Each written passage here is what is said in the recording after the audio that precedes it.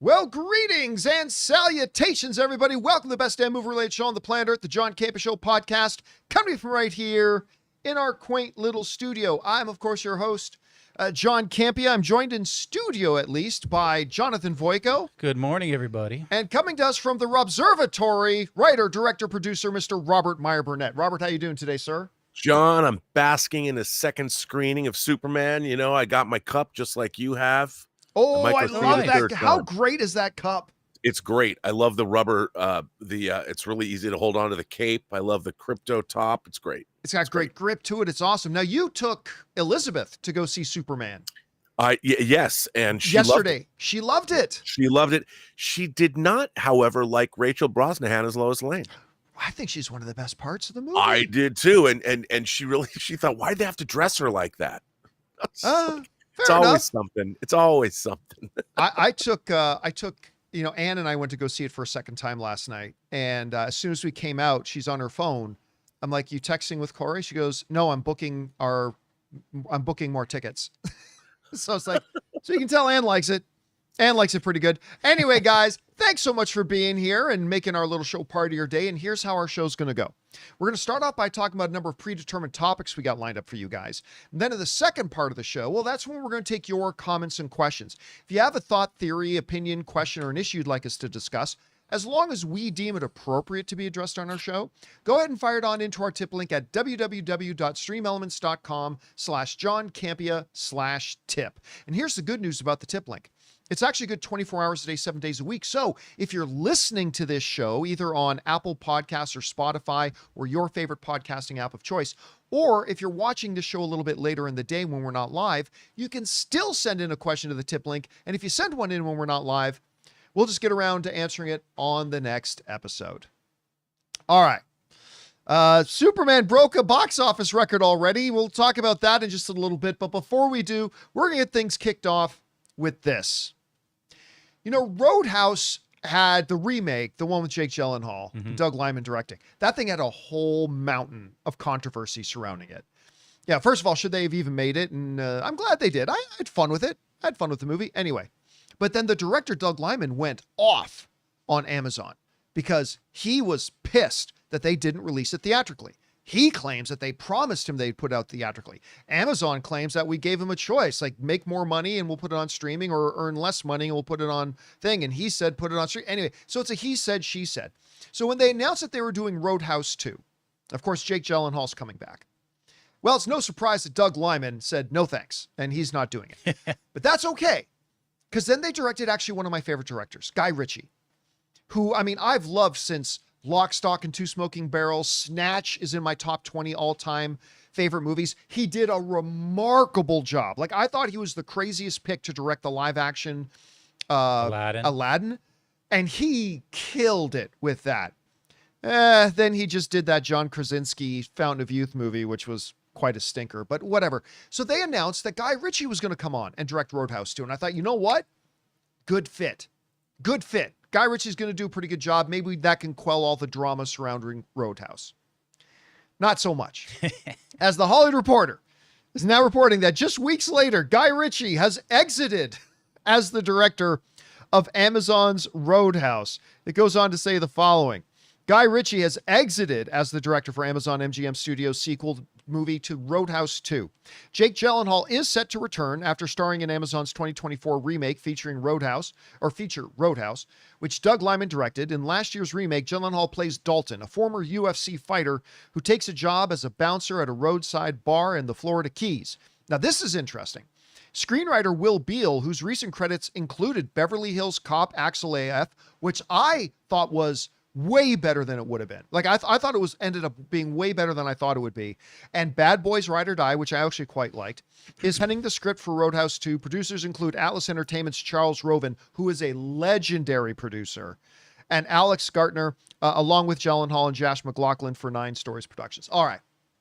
So, listen, was the Amazon Roadhouse an all-time classic like the original? No. But was it kind of entertaining?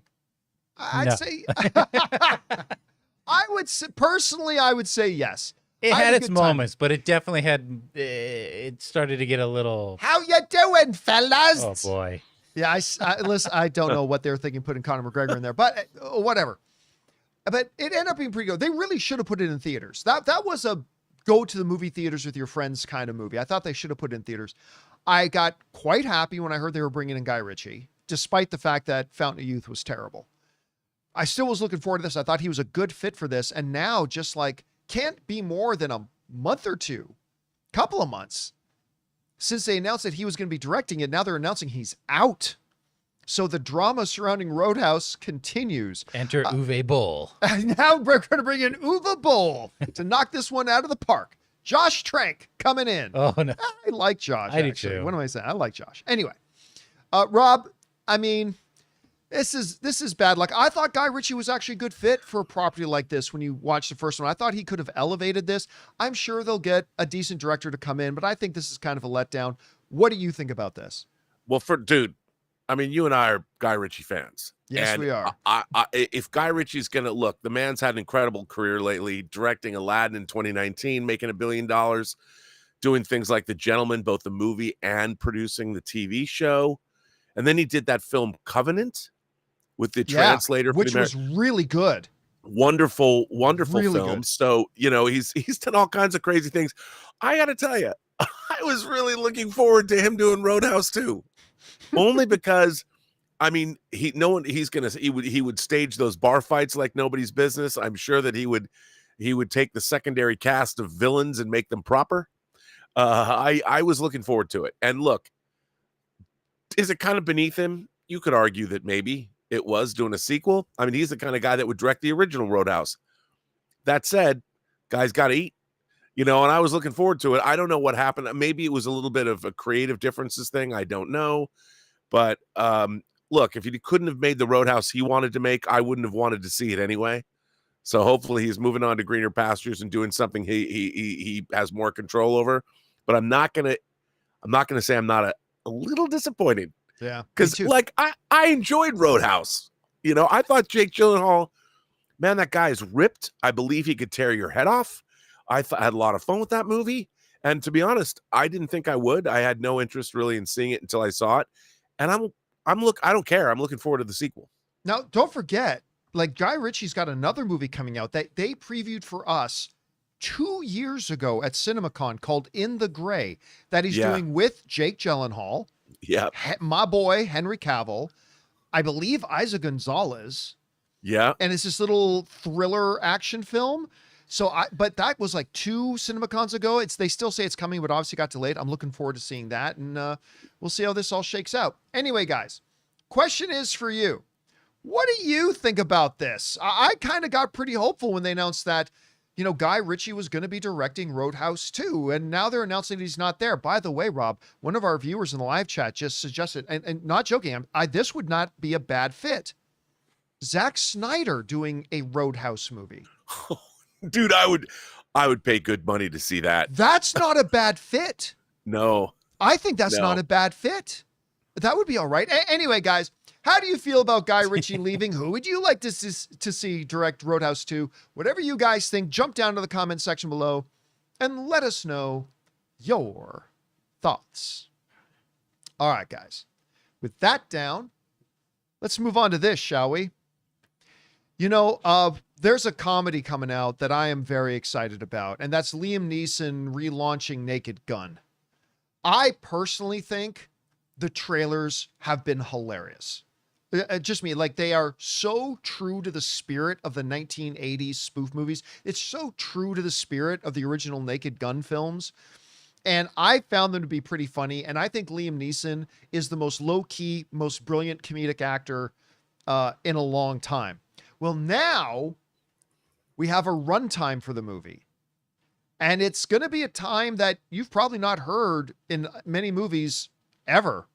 According to our friends over at Joe Blow, the Naked Gun is going to be 85 minutes long. 85 minutes.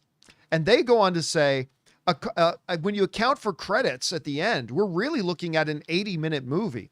And knowing how the original Naked Gun trilogy used the opening credits for its own sequence of jokes, we have to count that as useful minutes towards a comedy, provided this 4th installment keeps that tradition.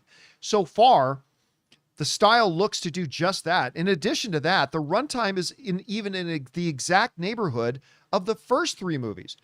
Both of the original Naked Gun and The Smell of Fear were also 85 minutes, while The Final Insult was 82 minutes. So often movies overstay their welcome, and they're right about that. You know what? I remember when I saw that, I can't remember. I think it was last year there was one, Rob, but I can't remember the last time I saw a movie runtime listed under 90 minutes. Like, I know I've seen it in the last couple of years. I just can't remember which movie it was. But I agree with Joe Blow on this. For a movie like a comedy like Naked Gun, I think this is the right kind of runtime.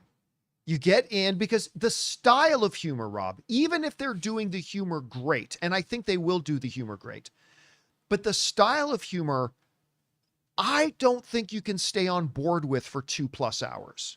You know what I mean? I think they need to get in with this, hit the jokes, make it funny, hopefully make it really funny, and then end the movie and leave everybody laughing. So I actually, again, I'm not saying it should be under 90, but I like the neighborhood that it's in, and 85 minutes is not something I've seen in a while. When's the last time you remember seeing a movie with this kind of a runtime? And do you think this kind of a runtime is right or not right for a movie like the stylings of Naked Gun? Well, I don't know about, what something I've seen lately that's under 90 minutes, but the Zucker brothers and Abrams, the Zaz team, Airplane was, I think, 87 minutes, 85 to 87 minutes. Top Secret was 88 minutes. So I think this kind of running time serves, the laughs, the jokes, whether they land or not, are coming very, very quickly in movies like these. I mean, it's a never-ending stream of chuckles. And so I would imagine that you don't want to exhaust an audience. I don't know if I could watch a Naked Gun movie for 2 hours without being exhausted. So I think that they're following a formula, and the fact that they're hewing pretty closely to the original films is probably a smart idea, because these parody movies can overstay their welcome very, very quickly. But I think it's good. I mean, I think, look, the real question is it funny?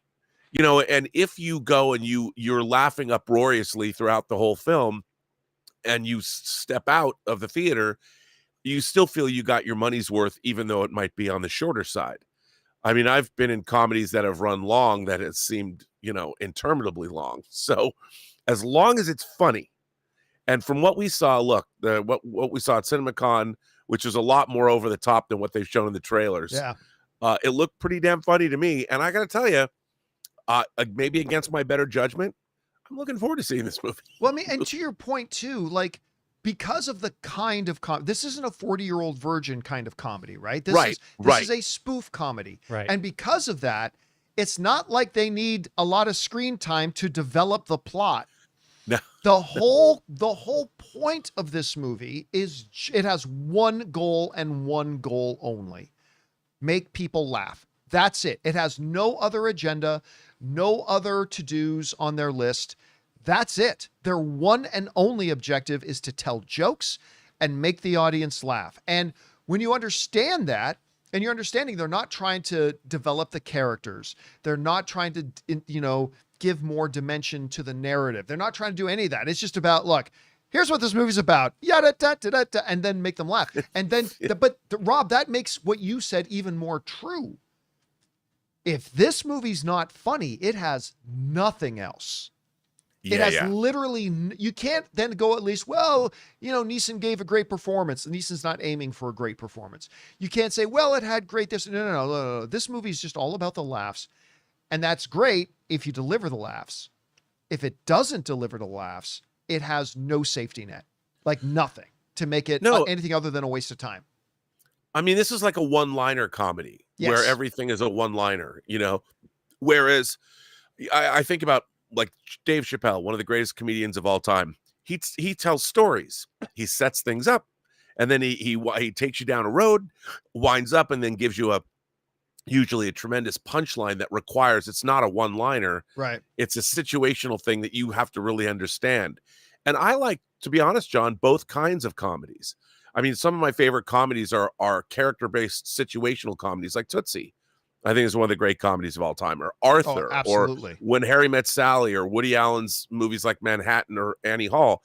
But that doesn't mean I don't like a Blazing Saddles, a Mel Brooks movie, or a Zaz, the Zucker Abrams Zucker group comedies as well. And some of our like not. I gotta tell you, I'm obsessed with Not Another Teen Movie with Chris Evans. Oh, I hate that movie. Anne loves it too. Anne loves that movie. I hate that movie. I gotta tell you, I'd never seen it, and some of these clips, they pop up, these like 60-second clips, and I'm like, what is this movie? And so I looked it up, and then I went back and I watched the whole thing, and against my better judgment, I kind of loved it. Listen, it was the beginning of the end for those, though. Yeah, yeah, it really was.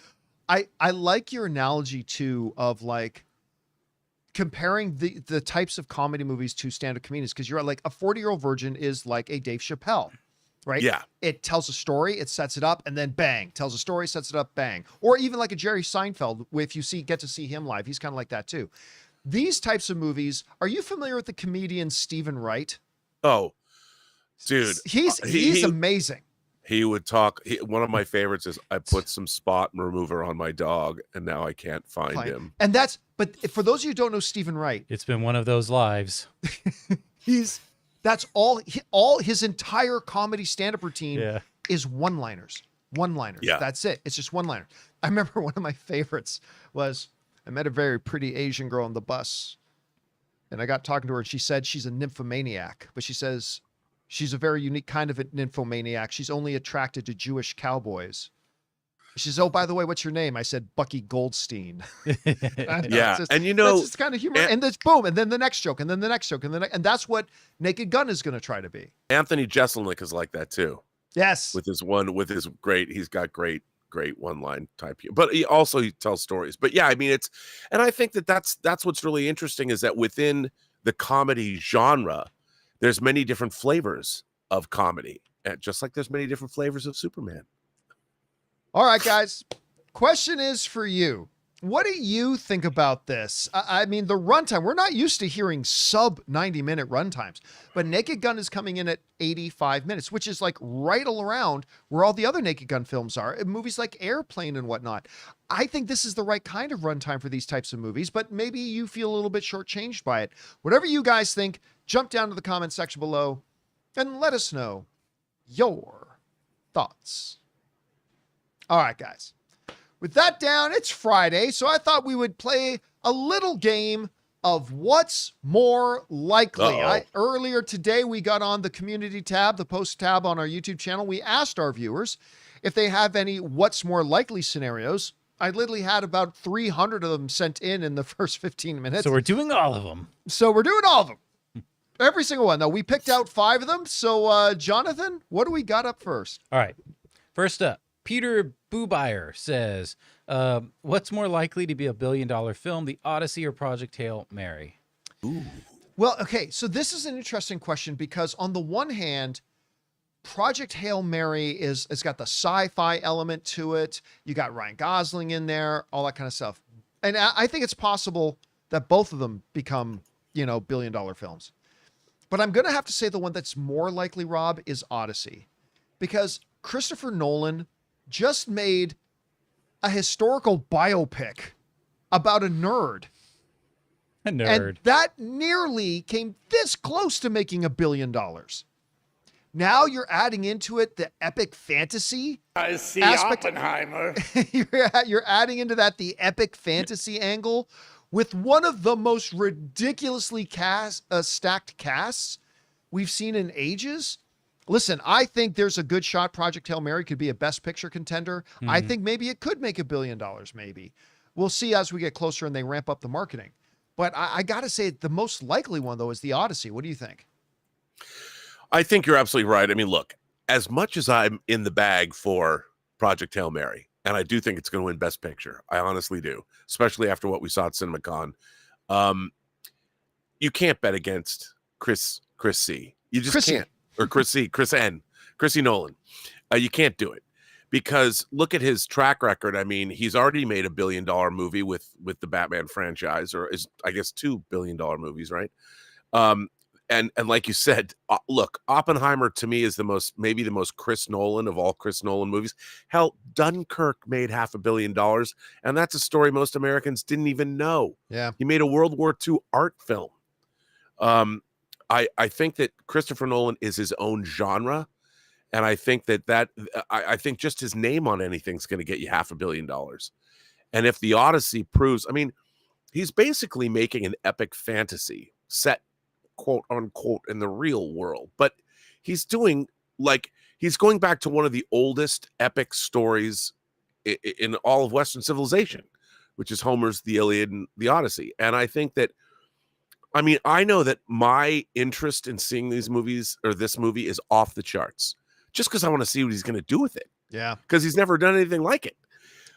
That said, oh, go ahead, finish off. I know, but I believe that's why I believe it's going to do that. But I do think that Project Hail Mary, if it catches fire, if it's like what I think what it could be, it also could make $1 billion. All right. What's next? From Tyler Abshire. What's more likely, Rob? James Gunn directs a Superman 2 next or a Justice League film? 2.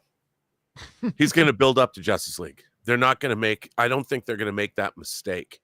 I think they're going to, we know we're getting a Supergirl movie next year. They're working on a Wonder Woman movie, whether they do Brave and the Bold. I think that they're going to and remember, we've already got a Justice Gang. Do we need a Justice League? Yes, but down the road. I would say this. I think if the question was what comes first, Superman 2 or Justice League, I would probably guess a Superman 2 will come before Justice League. But the question you're asking is, what does James Gunn direct next? Superman or Justice League? I don't think he directs Superman 2. I don't think he's going to really direct anything else until Justice League. Whenever they do that. That might be 3 years from now, 5 years from now, whatever. Because everybody's got to remember, James Gunn directing Superman is a side hustle. His job is to be the head of the studio. His job is to shepherd all the DC projects, right?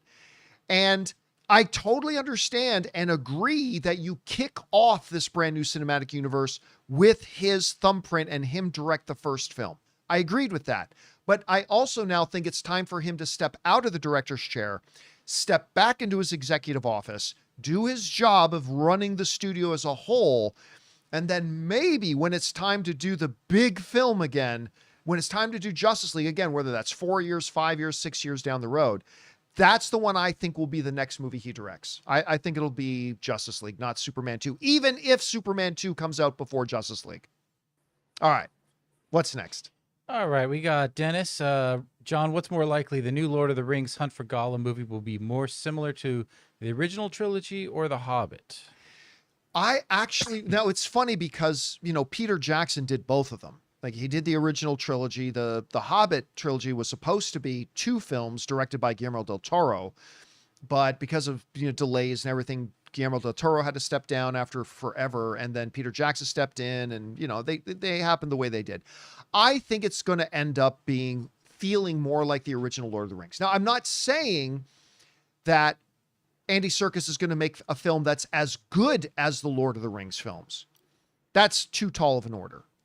But if you're asking me which one I think it's going to feel more like, because remember, Andy Serkis was a second unit director for Peter Jackson. And also don't forget, Peter Jackson is actually the one developing this movie. Him and Fran are actually developing this movie. So they are not just producers in name only like most producers are. He is actually the one kind of spearheading this whole thing. So because of that, I think it's going to feel more like Lord of the Rings. Anyway, Rob, what do you think? I think you're right about that. I think the Hunt for Gollum, look, the Hobbit movies, remember, the decision to do a third movie, The Battle of Five Armies, was late in the game. And Guillermo del Toro was developing that, and Peter Jackson kind of came in. I do think that they know they need to make something that's a little grittier and hard-hitting. I think that they're going to make something that has, because Hunt for Gollum takes place pre-Mordor coming back alive. So there's going to be that doom and gloom element that hangs over the whole thing. So I definitely think it's going to feel more like Lord of the Rings. I think they know that's what people want. Okay, what's next? Elvin says, Rob, what's more likely, Jurassic World or Megan 2 ends up the most disappointing of the year? Well, I mean, box office wise, I think you got to go with Megan. I think Megan already. Oh, I don't think Jurassic, he means box office. It just means but yeah, yeah, but go I mean, ahead. look, there are some people that like Jurassic Park or Jurassic World, and I would say that I haven't heard anyone that liked Megan too. So, I mean, and I mean, what are your metrics? I mean, John and I both were disappointed in Jurassic World. I thought that there could have been a lot more to that movie. I did not like the fact that they told me right up front that dinosaurs, they've all moved to the equator. No one cares about dinosaurs anymore. Then they show us a brontosaurus stuck under a bridge in New York, and people are like, whatever. I didn't like that at all. That completely, to me, flew in the face of why I want to see Jurassic Park movies in the first place. So, because it's a bigger movie, I'll go then with Jurassic World Rebirth as as a much bigger disappointment because I expected more from it. It fell from greater heights. Yeah, I mean, I agree with you that I expected more from Jurassic World Rebirth, but I'm going to say Megan is the bigger disappointment. And the reason I'm going to say Megan 2.0 was the bigger disappointment. It was not only because I was really excited about it and I really liked the first one, but there was nothing to like in it. Like it was just that, like even the studio head, even Jason Blum of Blumhouse doesn't like it and said, yeah, we screwed this up. I mean, it's just such a complete and utter failure of a movie. And, you know, again, not saying I wouldn't want to see them take another swing at Megan, because I really like the first one. I wouldn't mind seeing them take another swing at Megan. But at least with Jurassic World Rebirth, there were moments in that movie that I was being very entertained. You know, I've said it a lot, but the whole, again, I just call it the whale dinosaur action sequence with the boats, the T-Rex with the raft. Like there were moments of that movie that I had my popcorn and I was being thoroughly entertained. Now it was only about 20 to 25 minutes out of the 2 hours and 20 minutes, but at least it had that. So because of that, I'm going to say that Megan 2.0 will probably end up being my most disappointed movie of the year. We'll find out. All right. What's next? All right. I think it's our last one. Mario says, John, what's more likely, our first appearance of Doom will be in Fantastic Four or Spider-Man Brand New Day? You know what? Okay, hear me out on this. Remember when they moved Doomsday?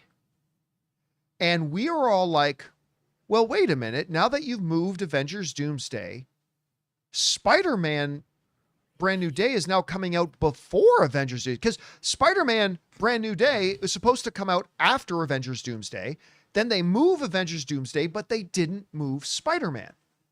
And all of us were like, huh, follow me here.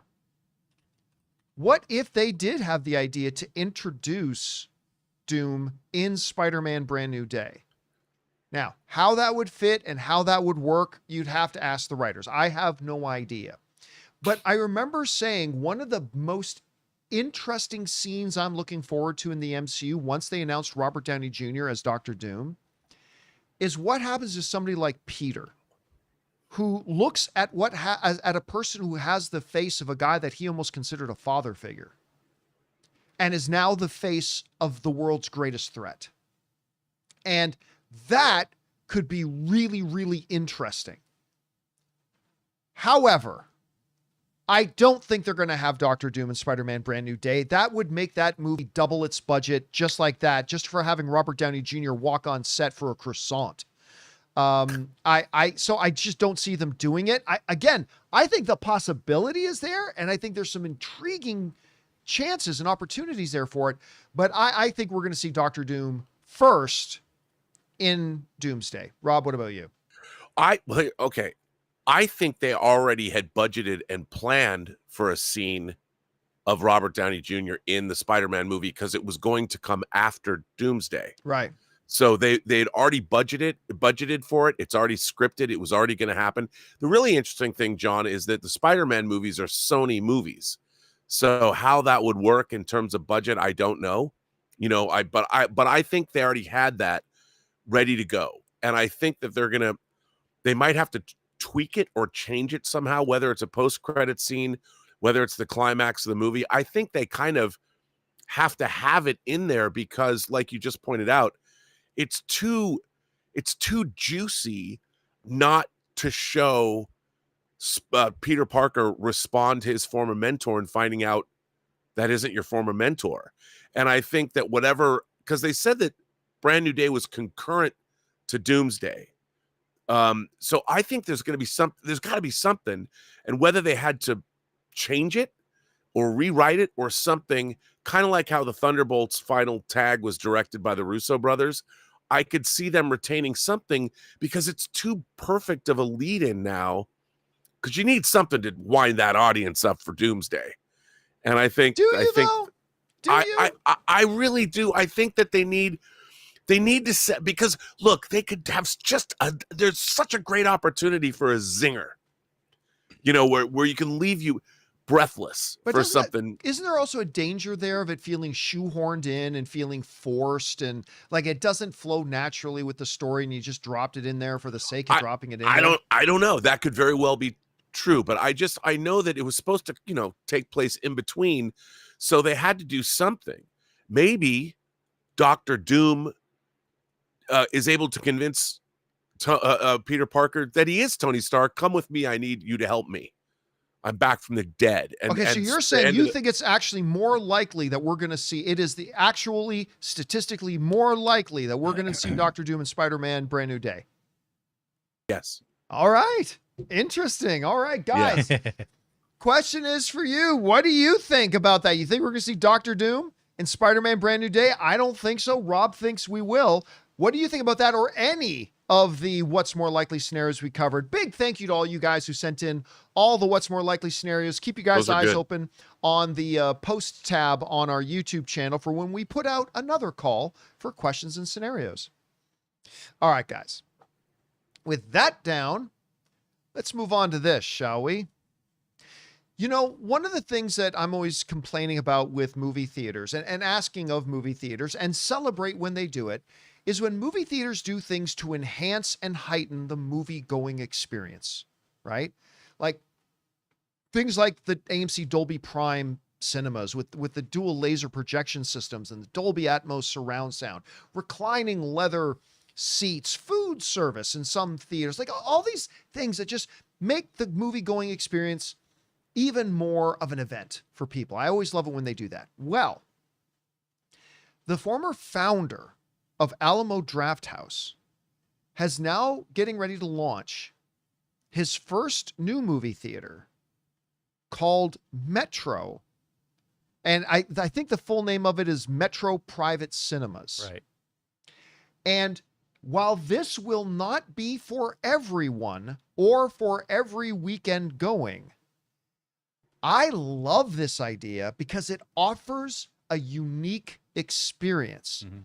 The basic gist of this Metro Cinema is the idea that they're going to have rooms, individual rooms that will have anywhere from, let me see if I can bring this up. I'm not sure if I can or not.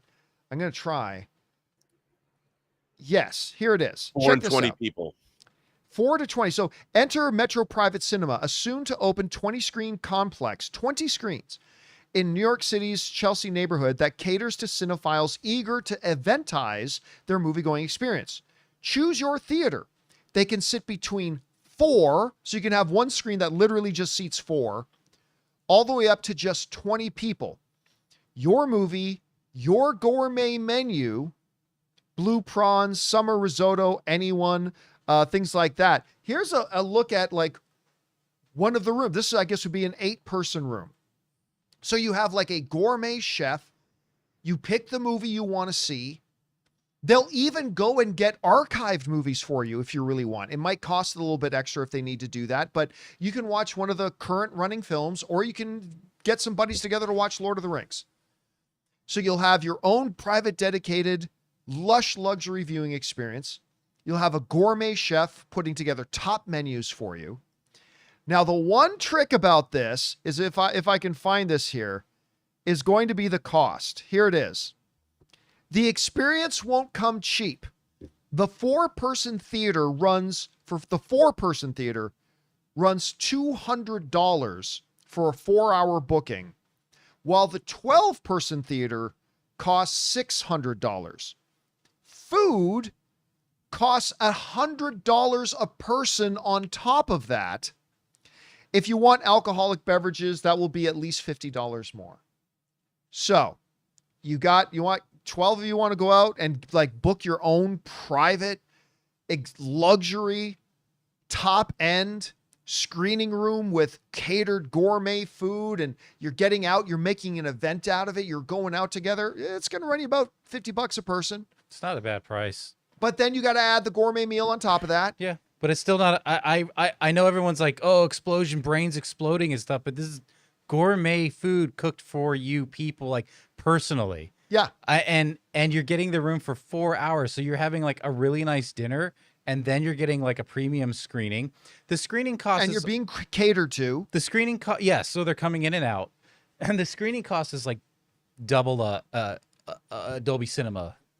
I'll tell you what. But then you got to pay for food. But okay, but you're doing this for like a date, or a corporation is doing this for like their employees or something. It's fine. Here's the thing. Me and Ann went with our friends, Kat and Kevin, to a Dodger game a couple weeks ago.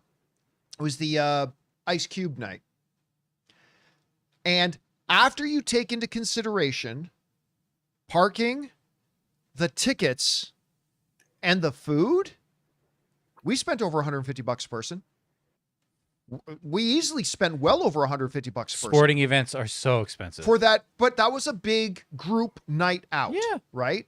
Now look, that's why I said near the top, this is not going to become your weekly go-to theater. No. Right? Nor should it. You could do this for an anniversary, for God's sake. Yeah, I love the idea of a theater like that being there to give you a different kind of experience with your movie going than maybe you and a bunch of friends do like twice a year.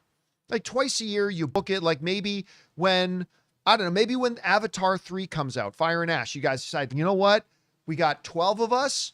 We're going to book this. We're going to make a night out of it. We're going to get drinks. We're going to get top-notch food. We're going to get our own private screening room. We're going to get, like, again, is this something that I would go to every week? Absolutely not. Too much. But is this something that would be a fun experience night out with a bunch of friends? Yeah. I just love that it's there as an option. And you know what? I'm not really surprised that it's coming from the guy who founded Alamo Drafthouse, which was in and of itself a very unique take on movie going at the time.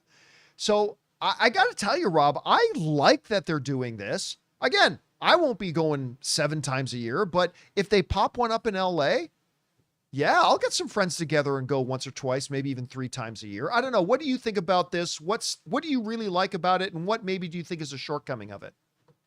Well, you know, what I really like about this is it elevates movies to being quote unquote cinema, like as an important art form. So I love the idea that they're talking about showing older films. Like in the article in Hollywood Reporter, it talks about like Donnie Darko. They'll probably have a library of classic films, but there's a lot of people I hear that a lot of people, there's movies that people haven't seen, you know, older classic movies. Now say you had a group of friends and once a month, the group, you have a standing date. You each pay $200. You're going to go out. You're going to get this experience. There's like 8 of you. You're going to get dinner and drinks. You get to spend 2 hours having a great meal, talking about the movie you're about to see, you know, or as you would do it, you know, you see the movie first and then you have a great meal afterwards and discuss what you've seen. And you can, with your friends, like pick out all these classic movies that you've never seen before and see if you can have this experience. And it turns movies back into something that isn't casual. Mm-hmm. It makes the experience of cinema important. And you're sharing it with your friends. When you go out on the town in New York, you know, spending $200 is not something that is out of the ordinary. Go bar hopping. Done. That's what I mean. Yeah. You are literally spending more on a night bar hopping than you would on this. Yeah, and this you're booking a 4-hour block of time where 2 hours is perfectly long enough to have a really nice dinner where you get to talk, have some fellowship, catch up with your friends, talk about the movie you're about to see, or if you want to watch the movie first, you get 4 hours of FaceTime in addition to seeing a great film that you all, I mean, how fun would it be to you all pick a movie? Here's 50 movies I've heard of that I've never seen. and you get to pick with your 8 friends and go have an experience that you've all You have 8 chosen friends? to have together. I don't. And you planned on it once No, a month. Exactly. And I'll say one other thing. Look, how many times have we seen these homes that are out of our reach, and it's like, oh my gosh, look at that in-home movie theater. Oh, more That often than I care to 12-seater admit. is that. So, okay, barring alcohol, you can bring a flask if you want to go on the cheap. It's $150 for you and 11 other friends to imagine that you have a home theater for a night with great food. You know what I mean? Like, Only a better one than you would have at your house. And listen, if you go to a top end restaurant, you're spending $150 a person anyway. Anyway, Now, look, yeah. I saw somebody in the live chat say this, and I get where they're coming from, but they said, doesn't matter at that price, it's never going to work. You're wrong. no, because corporations And I'll everything tell you else why will you're happen. wrong, because unlike a regular movie theater, they don't need 400 people to buy tickets. Nah. Like Ann and I like to going to Kings games, and we like going to Lakers games and stuff like that, right? And I look at some suites, like they have all these suites that I know it's like $700, $800, $900, $1,000 a person to sit in them. Guess what? They're always sold out. Always sold out. And when you have a specialty theater like this, where hey, to sell out this screen, we only need 8 people to come. You and your group, just 8 people come. If you don't think there are going to be groups of people, like small numbers, but they only need small numbers to have like a really special kind of night out with a different kind of experience, you're wrong. They will spend that money and they will make an event out of it. And I think this thing is going to be really successful. Again, like I said, am I going to go if they open one up in LA? Am I going to go 6 times a year? No, it's a special event. But once or twice a year, get some buddies together, get some friends together, a couple of other couples, and say, let's have this really cool night out together, this great experience together. And hell, we went to Top Golf and it ended up being like $95 a person when it was all said and done after the drinks and the food and the golf and all that kind of stuff. So it's like, this isn't that far off from that. Only it's better because it's a movie. Anyway, I think this people are going to start film societies. Yeah. You'll have friends, you'll do maybe make it a once a month. Look, with our online civilization, they can bill this as here's a moment in time when you get to collectively get together with your friends, have a really nice evening out. You all get to see each other face to face. You catch up over dinner and you watch a movie that you guys have picked. People are going to have their film societies are going to create. Yeah. And do something like this. I love this idea. Yeah. I again, is this something that 20,000 people go out to a night? No. But they only need like 100 people to go. And I think they're going to do it. I think this is going to be successful. And I think it would be great that it's there as an option for film fans to do something like this if they want to. And it's just something that adds more dimension to the movie going experience. I like it. Anyway, guys, question is for you. What do you think about this? The founder of the Alamo Drafthouse is putting this thing together, and it's going to be definitely more expensive, but you're definitely getting a much different kind of an experience when you're doing it. Again, is this something you go to all the time? No, but is this something you do a couple times a year? Maybe. Anyway, whatever you guys think, jump into the comment section below and let us know your thoughts. All right, guys. With that down, let's move on to this, shall we? I went to go see Superman again yesterday. Rob, you went to go see it again yesterday. You took Elizabeth. She loved it. I took Anne. She loved it again and booked tickets for other screenings because she loved it so much.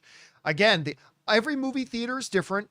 But Rob, the theater I was in last night, a lot of laughing, big applause at the end of the film. Everybody seemed pretty jazzed. I'm sure there are theaters where that didn't happen, but it happened in mine. And everybody had a really, really good time.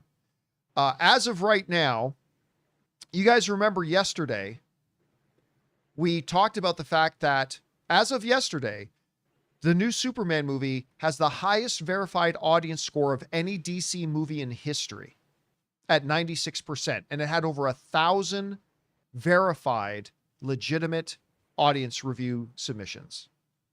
And a lot of people say, well, it's going to drop a lot once it opens in regular theaters and people can go see it. And I agreed. I said, yeah, it's going to drop. I don't think it's going to drop a lot, though. Well, now it's over 5,000 registered votes. And it has dropped 1%. Flop. Flop. Garbage. People hate it. More like super flop. 95% now, with over 5 times as many user reviews from yesterday. Oh, and by the way, what did I predict the critic rating would settle on for Superman? 82%. I believe I said 82%.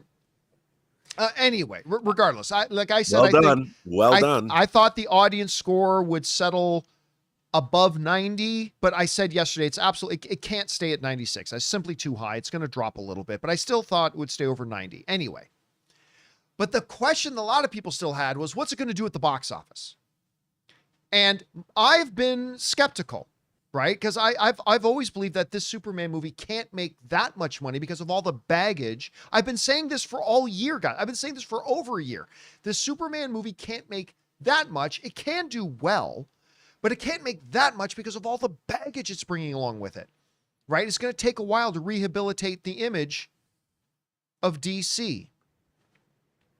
I might have been wrong. Because with it now being open to the public and having its first Thursday night screenings, Deadline is reporting that Superman has just set the record for 2025 for the biggest opening night of the year. Check this out, coming in at $22.5 million. That is higher than anything else this year. It's even higher than Barbie. As a matter of fact, if you go over and take a look at it, for this year, the biggest Thursday nights, the biggest preview nights, Minecraft made 10.6. That movie went on to have a $162 million opening weekend. Now, I'm not saying Superman will, but I'm just saying Minecraft had a $10.6 million opening Thursday night, and it went on to have a $162 million 3-day weekend. Captain America, Brave New World, made $12 million on its opening preview night.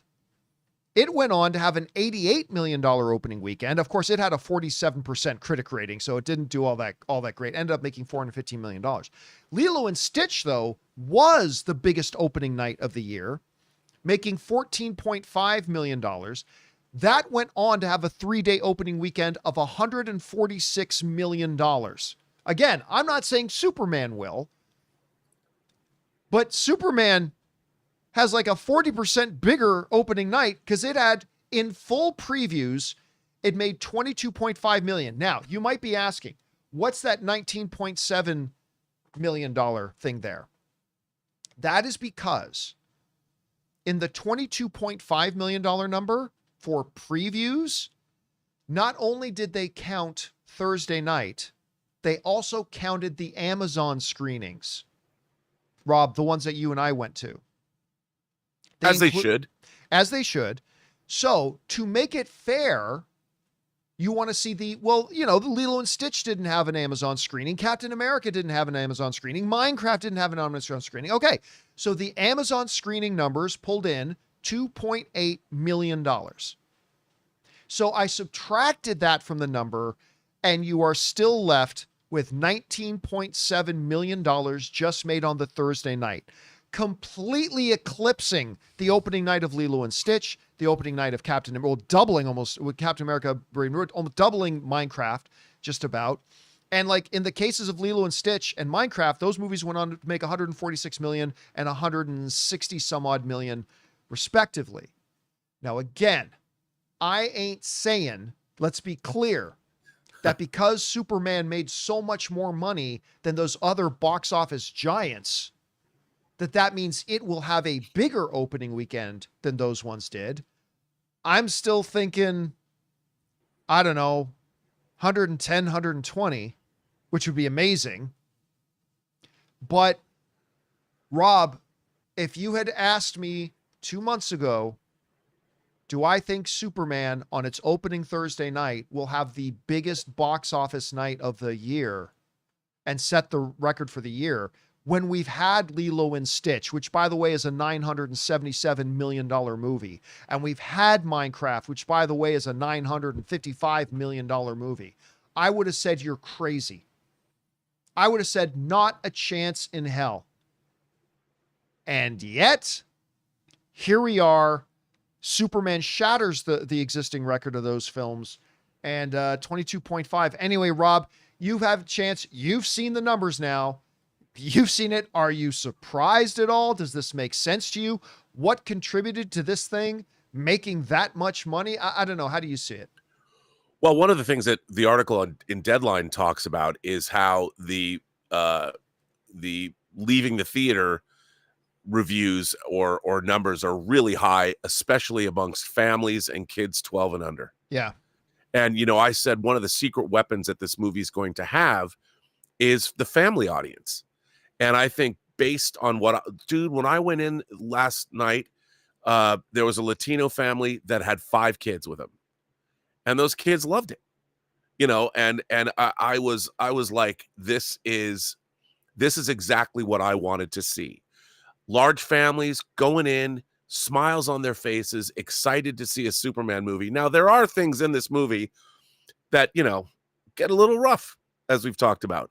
But I do think get dark, very dark. Yeah. I do think, though, that overall the audiences are having a good time. I mean, people, we forget that we get so wrapped up sometimes, especially in our space talking about movies, that most people who don't spend their days talking about movies are looking to film to entertain them.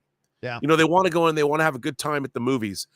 This movie provides a good time at the movies. And now, having seen it twice in the same week and within a few days of each other, I mean, I was thoroughly anticipating what was coming. I actually, I appreciated the movie a little bit more than I did the first time I saw it. I liked it even more the second time around, to be honest with you. Yeah. I had a feeling. You were right, Jonathan. And then seeing it again, anticipating things I wanted to see again, I had anticipatory smiles on my face about scenes that were coming up that I couldn't wait to see again. And I think that that's what movies are supposed to do. And you have to ask yourself, what was the assignment? The assignment was to launch a new universe, but to bring back Superman in grand fashion, to be a character that can be embraced by everybody. There's no grim darkness here. There's no, as much as I loved Man of Steel, but it was not a family-friendly movie. And neither was Batman v Superman, and neither was Zack Snyder's Justice League. And I like all 3 of those movies for a number of reasons. But this movie, there were kids hooting and hollering and laughing, and they're interested. And like we were talking about comedies, this movie feels like it's 90 minutes long. That was another thing. Seeing it again, I'm like, this really does feel like it begins and then it's over before you had barely a chance to breathe. I would have watched this for a half an hour longer just to hang out with the crew of the Daily Planet. 100%. 100%. I was actually, I put up on social media, well, I'm a punk rocker. Yes, I am. Like Iggy Pop. I was even just watching that scene, and I'm just like, I just hope this keeps going. Because I knew the movie was over, and I'm like, I just hope that the song that plays over the end credits, I just hope it keeps playing. It flies by. It's a 2-hour film, but you're right, Rob. It feels like a 90-minute film. It just flies. And by the way, that's also a criticism. Like I do feel there are moments in the film that could have been given a little bit more time to breathe. 100%. But at the same time, it's like that movie flies by. I still can't believe it's a 2-hour film. You know what I mean? I know. And that's why do people go to the movies? They go to the movies to be entertained. And if this movie entertains them, it's done its job. Now, I think people are going to be debating this film and what kind of a Superman movie it is for months, if not years to come. But that just fuels the interest in it, which I think is good. Yeah. And again, listen, I said leading into this movie for over a year, the assignment is make a great movie that starts rehabilitating the image of DC and get the audience back on board. Don't worry about the box office. The box office will be okay, but it doesn't need to be anything special, blah, blah, blah, blah. Well, obviously, that assignment is 100% done. 82% critic rating, 95% audience rating, which is insane. That's huge. Again, that is the highest audience. That's higher than Christopher Nolan's films.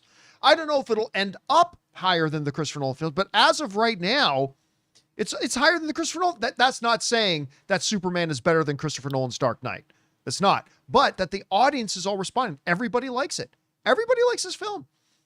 And it's just amazing. But the fact that they're also going to make money on top of it, I'm seeing 110, 120, but I don't know. Do you want to adjust? Because you were predicting 130, Rob. Are you going to stick on that right now? No, I'm going to stick with that. I mean, look, the real question is obviously superhero films like horror are traditionally front loaded. You know, the big audience. What's really going to be interesting is how this plays out over the next couple of weeks. And what's really interesting is that if people love this movie and it plays, it makes money for 2 more weeks leading into Fantastic Four. And people love Fantastic Four because we're starting to hear some really positive feedback. Having both of these movies in theaters at the same time might wind up being a boon for both. Dude, and I'm so glad you brought that up, because one of the things I thought about this morning I wanted to mention. Do you know, looking at these numbers, seeing 95% audience ratings, 82% critic ratings, making 20 plus million on his Thursday nights, other than James Gunn, do you know who is celebrating these numbers more than anybody else? Kevin Feige. Kevin Feige, because with all these people going to the movie and liking it and having a good time, there are going to be, I'm not saying it automatically means they're going to come back to watch Fantastic Four. Obviously, that's not the case. But what it does is it increases the chances they're going to go, man, we got another big comic book movie coming out. Yeah. I just had a great time at Superman. About a family. This is going to be so good for Fantastic Four. This is going to be so good for Fantastic. Like, if Fantastic Four, I'm not going to say it's going to make a night and day difference, Rob, but here's what I'll say. Let's say, for argument's sake, that if we could look into our Doctor Strange mystic future and we could see that right now that Fantastic Four was going to have a $100 million opening. I think it's going to be like $112 million now because of Superman. And I think this is going to be really good for them. I'll tell you what, Rob, honestly, watching Superman twice now has actually increased my excitement to see Fantastic Four. You know what? Me too.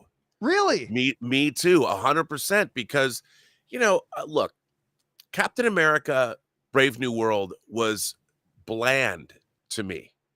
It just felt bland. And I love Anthony Mackie as a performer. It didn't elicit really any excitement in me. I just felt like it was a responsibility to watch it. And it didn't really take me anywhere. I didn't know I was going to go. Whereas Superman had all this just wacky little stuff that I like, certain people just randomly showing up in a news broadcast. That was funny, and there was just all this stuff that happened in the movie that I didn't expect. And for that alone, it just delighted me, and kind of the way that, like, when I saw Companion, I was delighted by Companion because I thought I knew the kind of movie I was going to get, even though, I'd read the script, but there was still stuff in it that I thought the presentation of it, it put a smile on my face and I really loved the experience seeing it. And Fantastic Four, because we've talked about seeing these new clips, where they've played the clips out longer and suddenly these scenes have made us suddenly sit up higher and go, oh, yeah. Now I get it. Now I feel that Fantastic Four, coming on the heels of Superman, also has the potential to maybe surprise me because I was just kind of figuring, But now I'm like, I'm prepped, I'm primed, I'm excited about superhero movies again. And like I always say, it takes one movie to restore the luster to an IP. By the way, did you see the new one they just put out, the Fantastivision? Well, it's like a minute and a half long. Have you had a chance to see that one yet? No. When the show's over, go check it out. It's actually, again, about 3/4 of it is stuff we've seen already. But there's a bunch, there's about 30 seconds of stuff in there that I hadn't seen before. That's pretty, it just puts a smile on my face. And that's the power of a good movie like Superman. It can actually make you more excited, at least, to see other movies. And I'm kind of stoked about it. Anyway, guys, question is for you. What do you think about this? Like, it's already critically a big hit, right? 82% critic rating, but more importantly, the highest audience rating of any DC film in history right now, currently sitting at 95%. I still think that'll come down 1 or 2%, to be honest, but I think it's going to stay above 90 now. And adding on top of that, it just set the box office record for the year for the biggest opening night. Will that translate into a massive, huge opening weekend? I don't know. We'll see. But I mean, the over $100 million mark, this movie becoming just the third film of the year to have over $100 million opening weekend, I think is in the bag now. How high over $100 million? We'll have to wait and see. Whatever you guys think about this, jump down into the comment section below and let us know your thoughts. All right, guys. With that down, it's time for us to move on to the most important part of our show, which is, of course, taking your live comments and questions. But before we do that, we will bid adieu for the weekend to Robert Meyer Burnett. Rob, great job as always, sir. Thanks for being here. I'll see you on Monday, and who knows, maybe I'll see Superman again this weekend. Oh, I'm definitely going to go see it again, and we'll have some box office numbers to talk about on Monday. All right, have a great weekend, man. All right, man. See you later. All right, guys, and now it's time for us to move over and start taking your comments and questions that you guys have been sending into our tip link. Thank you so much for that. So, Jonathan, what we got up first? Old Danny Boy says, I think the opening to Peacemaker is perfection. My favorite part is the last note, and Eagle misses his mark, looks down, then takes a small sidestep. I reached out to Gunn for confirmation, and his response was, hell yeah, Eagle is a professional. You know, one of the great things about James Gunn is how responsive he is to fans online. He's incredibly responsive to them, and sometimes major news breaks because of a response he gives to a fan. But yeah, look, I am so excited about Peacemaker season 2. I confess, I said the first season of Peacemaker was a stupid idea. I thought the marketing was terrible. When they showed scenes of it, I thought it looked stupid. I didn't think the humor was going to work. I thought it was a dumb idea. Had to eat my words because it's like one of my favorite things ever on television. I love that show so much. Can't wait for the new one. All right, what's next? Garden Variety Vagabond says AMC Superman 6:15. Let's the start time, actual start time 6:45. So I'll give them their due. Last night for Ann and I, our second screening was 5:15. And I was like, all right, AMC, you said 25 to 30 minutes after start time. That means it should start no earlier than what? 5:40? Yeah. And no later than 5:45. So we come into our theater about 20 minutes late, and the ads are playing. And then the DC logo comes up. I look down at my watch, 5:45. All right. Okay. You cut it close, but you started it within the time you said it would. Off to a good start. Let's see if they're able to maintain that and be consistent with it. Yeah, but I will say that all state commercial really. Oh, that pulled that. I'm just like out of this. Like I get trailers like too many suck, but like it's still cinema.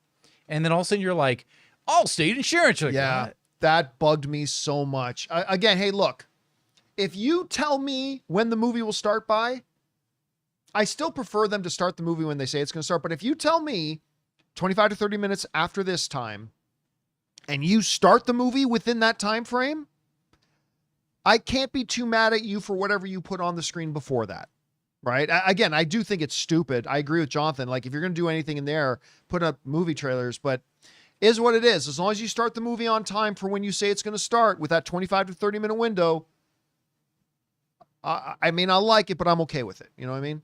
Anyway.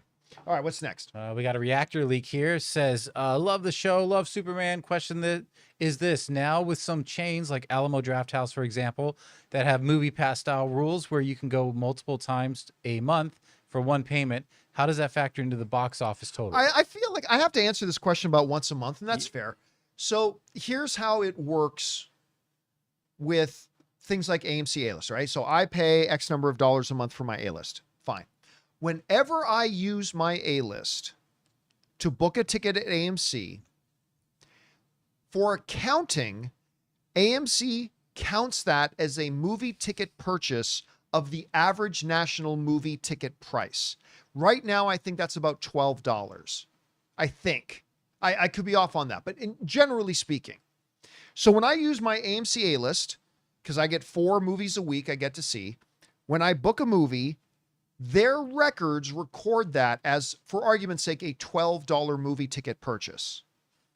That means that AMC has to remit or give like 70% of that money back to the distributor. So that's how it works. So if I use my A-list 4 times this week to see Superman 4 times, it will count as 4 $12, $13 movie ticket purchases, and then AMC gets to keep a part of that, and then they have to send money out to the distributor. So that's basically how that works. All right, what's next? Oliver, hi John, just want to say thank you for the content you provided me over the years. I regularly go back and watch Jedi Council videos from wow, TFA era. The Force Awakens era. Yeah, and regret the state of Star Wars now. Hopefully one day we can be as positive as we were back then, when the world was new. I mean, it was a perfect storm of things. Like when I started Jedi Council, it's because like we didn't have weekly Star Wars shows at the time. And we only had X number of movies coming out, but we all loved Star Wars so much and we loved talking about it every week, and we did it. So when I then started my own channel and started doing my own, I wanted to continue that on. And I can't remember what it called, like Star Wars Talk Tuesdays or something like that. I can't remember what I called it. But it became very unfun to do. Firstly, because the content wasn't as great as it used to be. Like the movies themselves were not as great as they were used to be. And then the shows, well, whatever. But also the fandom was becoming incredibly toxic. Like the fandom literally made it people who call themselves Star Wars fans, which they are not, but people who call themselves Star Wars fan literally made it not fun to be a Star Wars fan anymore. And so a really deadly but perfect storm of an incredibly toxic, poisonous, shitty fandom that chased people away and made it unfun to be a Star Wars fan anymore, combined with the fact that a lot of the content wasn't quite as good as we were all hoping it would be, which, by the way, content cannot be as good as hoping it would be and can still be fun to talk about. So it was a perfect storm of things that I just ended up stopped doing. I just stopped doing a dedicated Star Wars show. It just wasn't worth it anymore. It wasn't fun anymore. And hopefully someday I'll get to do it again. We'll see. All right, what's next? We got Blake. Saw Superman, loved it. I'd give Gunn's writing of the plot a B, but the characters are A+. The movie is good, but the characters are great. And Corn Sweat, I'm not sure anyone has embodied the character like this dude. I was taken aback how much he is Superman. Let me qualify that a bit. I don't think anybody could embody this Superman the way Corn Sweat did. It's much like when we talk about the various incarnations of Joker we've had, right? Like, would Heath have been the best Joker to play in the Michael Keaton Batman movies? No, not necessarily. And so on and so forth, right? Would David Corn Sweat have been the perfect embodiment of the Zack Snyder Superman? I don't think so. I think Henry Cavill was perfect for that iteration of Superman.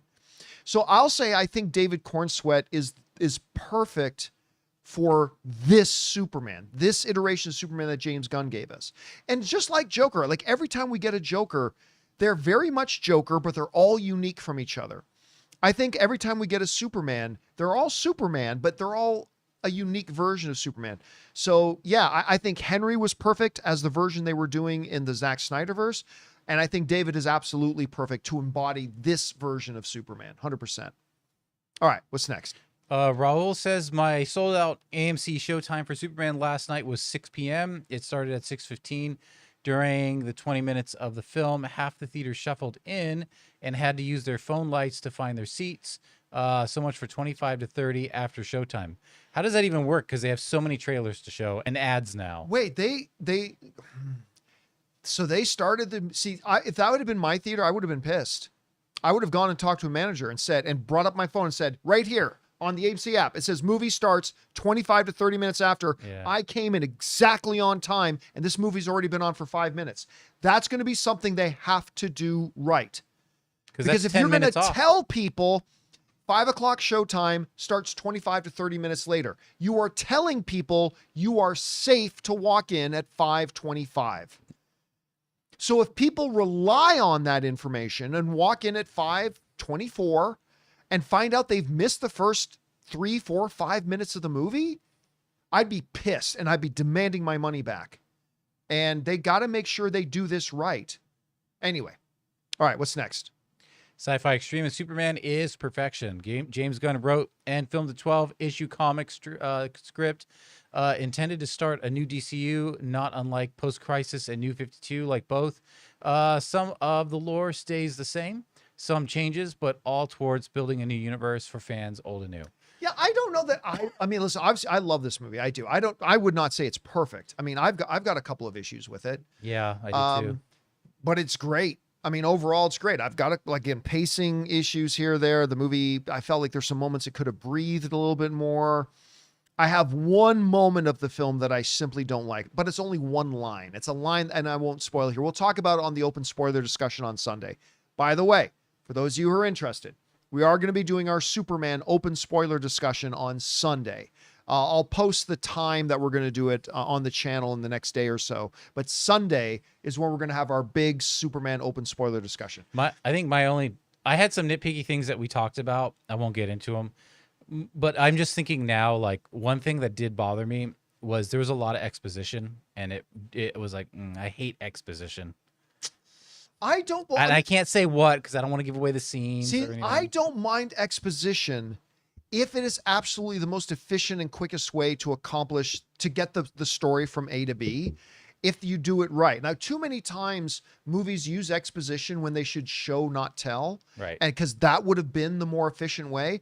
I personally found the exposition to be very efficient in this, but I could totally see why you'd say that though. I can see what you're talking about. All right. And you know what? I'll say this too. It might surprise some people to hear this. I don't know that Superman is my favorite comic book movie of the year. I need more time to ruminate on it, but as of right now, it might still be Thunderbolts. And that's no shade on Superman. I loved Thunderbolts. I love that movie. Now, after I've had a few more weeks and a month or two to see both movies a couple more times and thinking about it more and marinate on it a little bit, maybe I'll say that Superman's my favorite of the year so far, but I'm not ready to say that. I still think there's a good chance that Thunderbolts might end up being my favorite comic book movie of the year. Anyway, it's really good to have seen 2 comic book movies now that I absolutely loved. Like that's great. That doesn't happen often anymore. I think a lot of people are going to do double features in a few weeks. They're going to do Fantastic Four and then I hope Superman. so. I hope Fantastic Four ends up good, man. I really do. Let's keep this streak going. All right, what's we got next? Anonymous who says Superman was amazing. This movie teaches true Christian values of kindness and not judgment. Certain groups of YouTube definitely got me with the woke anger at a time. Thank you for helping me realize how much they need to be prayed for and ignore them all. Yeah, well, I mean, everyone has an agenda. Yeah, everybody's got an agenda. You know what the funny thing to me is when I saw a certain group of people getting all upset at the comments of James Gunn, and then I read the comments of James Gunn, all he literally said is, Superman's an immigrant who embodies kindness and whatever. And people got mad. Yeah, why are you feeling insecure about someone saying be kind? Like, people got mad at that. Kindness. And, like, by the way, you do know that from his inception, Superman is an immigrant created by immigrants. You know that, right? Tell me you know that. Please tell me you know that. They don't know that. And if you don't, shut up. Because this is what Superman has always been. It's from day one of his inception. Superman is an immigrant and an immigrant story created by immigrants. So anyway, whatever. I just didn't see what there was to get mad at that. That's what Superman is. Anyway. All right, what's next? Benji says, just saw Superman in IMAX. Fun film. My second favorite gun movie after Guardians of the Galaxy Volume 1. Nicholas Hoult was fantastic. Loved SM and Lois's chemistry. Only gripe, too many side characters. Wanted more Superman in the scene. I felt like we got a lot of Superman in this movie. Fewer side heroes, otherwise 8 out of 10 for me. Again, I don't think there were any more side characters in this movie than there are in 40-Year-Old Virgin, than there are in just about any movie I watch. And those side characters, if those are the ones he's talking about, fulfilled something that was needed. Yeah. In the movie. And to me, this movie had plenty of Superman. Like, there was plenty of Superman in this movie. I thought there was going to be more Clark. There really was not much. Yeah, it was really, a vast majority of the time, it was really just Superman more than Clark. That's right. All right, what's next? Alfie.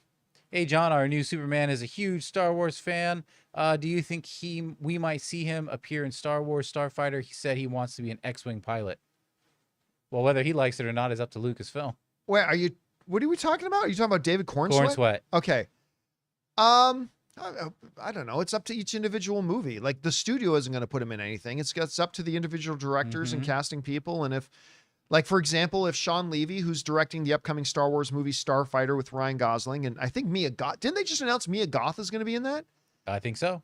I mean, go ahead. If there's a role for him, that Sean Levy thinks, oh yeah, you're the right guy to play this role, sure, but otherwise you don't just put him in there for the sake of doing it. Yeah, I mean, if you like, I have seen in the past actors have been like, hey, I'll do this for scale, just because I want to be in it. Yeah, you know. But all right, what's next? Mark H says, "Hi John, I was happy to see the Odyssey teaser trailer in front of Superman.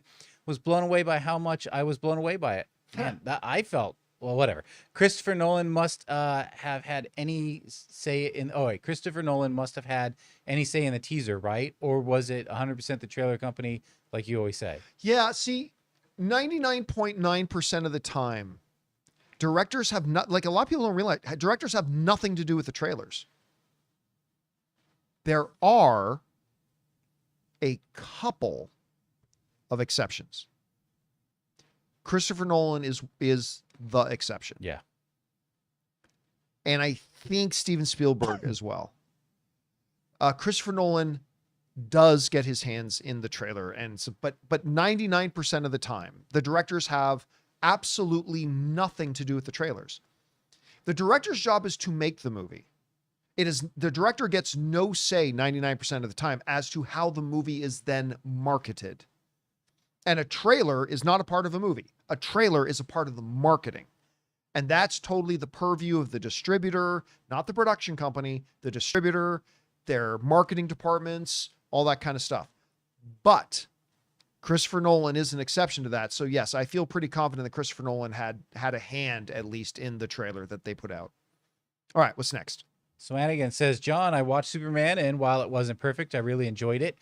Plus, Southeastern Cinemas here in Charleston, South Carolina, limits their commercials to about 5 minutes and only show 3 previews at most. 3 previews is what, but ArcLight, but they didn't do commercials. I also got the Crypto Cup. Nice. You know what? For those of you who have not heard, let me see if I can. I'm not 100% sure I'm going to be able to do this, but let me see if I can pull this up. So a little while ago, I made a video about the fact that, I announced that not going to be retiring now with the new sponsorship deal that we have. And the other reason is because I got all these things I want to do in retirement, but Ann and I are getting this van. Oh, you got it? We are getting this van. And one of the great things about this van is that, unlike almost any other van, I'm literally going to be able to travel and work in it and do the show from it. Like, that is huge, huge. And one of the reasons why I was able to put off my retirement. I'm able to actually put off my retirement specifically because I'm going to be able to travel around and all this kind of stuff and still have high-speed internet, still be able to have a big table that I can work from and all this kind of stuff. So one of the things that, we're getting it in like 2 weeks. We're getting it in like 2 weeks. I thought we were going to be getting it about a little more than a month from now, but they called me and said they're ahead of schedule, and I'm actually going to be able to get this van in like 2 weeks. One of the things that I'm really excited about doing is once we get this van, we are going to do road trips where, bring up the question again that they had up there. Like, what's it called? Southeastern Cinemas in South Carolina. We are going to do road trips where we are going to say, hey guys, next Friday night at the Regal 15 in Seattle, we're going to go see the 7 o'clock screening of Fantastic Four. And after the movie's done, we're going to hang out in the front lobby and in front of the theater for like a half hour. So if any of you guys in the Seattle area want to come down and buy tickets to that screening, we're going to hang out there for like a half hour and talk about the movie with everybody who comes, if you guys want to do. So kind of like little mini meet and greets, just casual little meet and greets, right? And I could totally see us going to the Southeastern Cinemas in South Carolina, or going down to some cinemas in Florida, or going into Salt Lake City in Utah, or whatever. And yeah, I'm a nobody, and maybe we arrange these things and like 2 people show up. Fine, then we'll talk about the movie for like 15, 20 minutes with 2 people. Very excited about it. It's going to be great. And we can still do the show from the road. So I'm probably going to be doing the show for at least another year. Anyway. All right, what's next? We got Dookie Shoes. Hey, y'all, saw Superman and really liked it. Definitely a promising start for the DCU with Thunderbolts. This, and with how good First Steps is looking, this may be one of the best years for comic book movies in quite a while. We're eating good. Listen, I'll tell you what, I don't want us to get ahead of ourselves, but if, and I understand this is a huge if, but if Fantastic Four ends up being really good, again, it doesn't have to be Winter Soldier level, but if it ends up being really good, then we will have had Thunderbolts, which I think is great, Superman, which I think is wonderful, and hopefully a really good Fantastic Four. If we could get 3 big major movies like that and have all of them be big and entertaining, that'll be it's been a while since we've had something like that. I'd really be looking forward to it. All right, what's next? Gilberto says, this Superman is the perfect family Superman, the big blue Boy Scout. He will be this generation's Superman and something to aspire to. And that freaking Crypto, love him. My kids want to go to the pound and adopt one. That's awesome.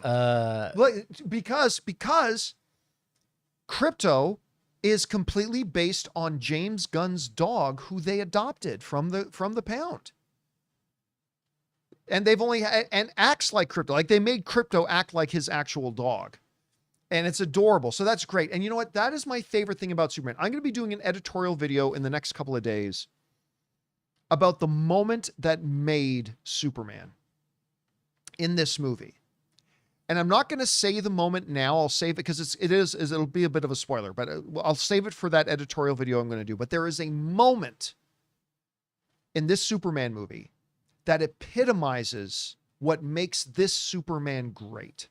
There are several things that made Henry Cavill's Superman great, but there's a moment in this movie that makes this Superman great. And without telling you what the moment is, I'll just say that the true greatness of this Superman is that he inspires the audience to want to be better people.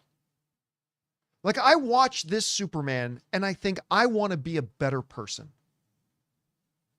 I think other people watch this Superman and by the end of it think this character, this fictitious character, inspires me to want to be a better human being.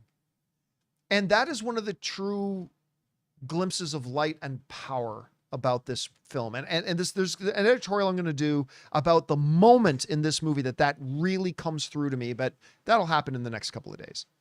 All right, what's next? Okay, we got Anonymous, 2-parter.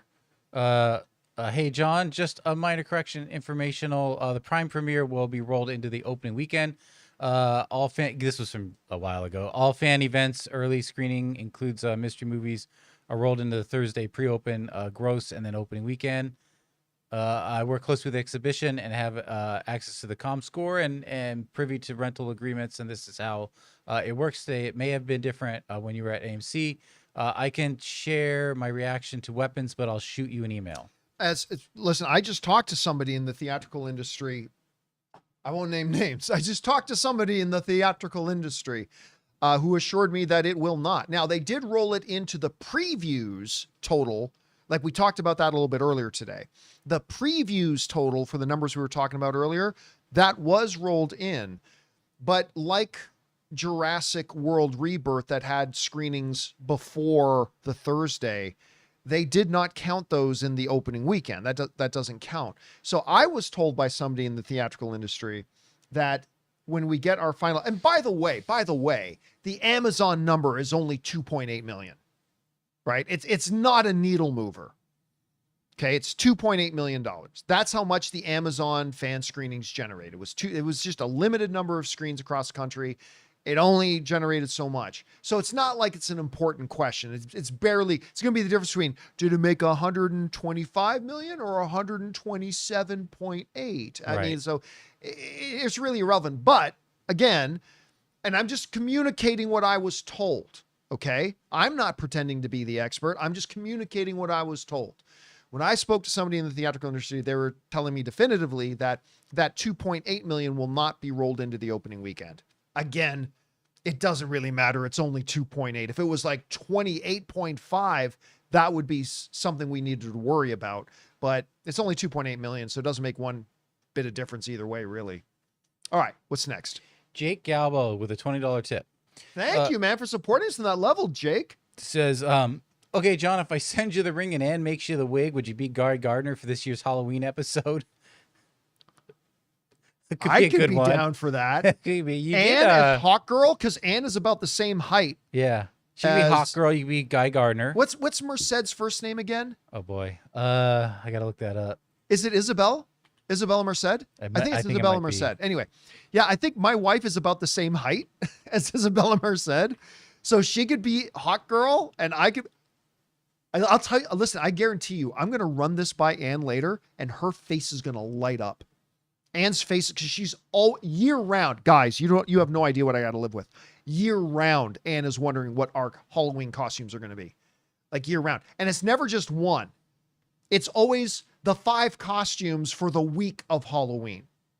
I'm not kidding you guys. This is what I got to live with. But it's like, okay, so costume number 1 will us being this, and costume number 2 will us being this, and costume number 3, like a lot of guys can get away with just getting one costume with their wife. Me, it's got to be 4 or 5. But I'm going to mention this one, me, Guy Gardner, her Hawk Girl. She's going to light up when I tell her that. Anyway. All right, what's next? We got Jeff, will you do a spoiler show for Superman? I really enjoyed it, but I wonder if you and I agree on some of the things we didn't like or could have been better. Yep, Sunday. I'm not exactly sure which time yet. Over tonight or tomorrow, we'll put up the event, so you'll see what time it is. But it'll be sometime either late Sunday afternoon to early Sunday evening is probably when we're going to do it. So yes, there will be an open spoiler discussion for it. All right, what's next? Sean says it's game day. Game day? Seeing Superman tonight in IMAX with my dad and 2 friends. My most anticipated movie of the year. Can't wait. I'm pumped. Yeah. Listen, I don't want to misrepresent. I'm not saying that this movie is Casablanca.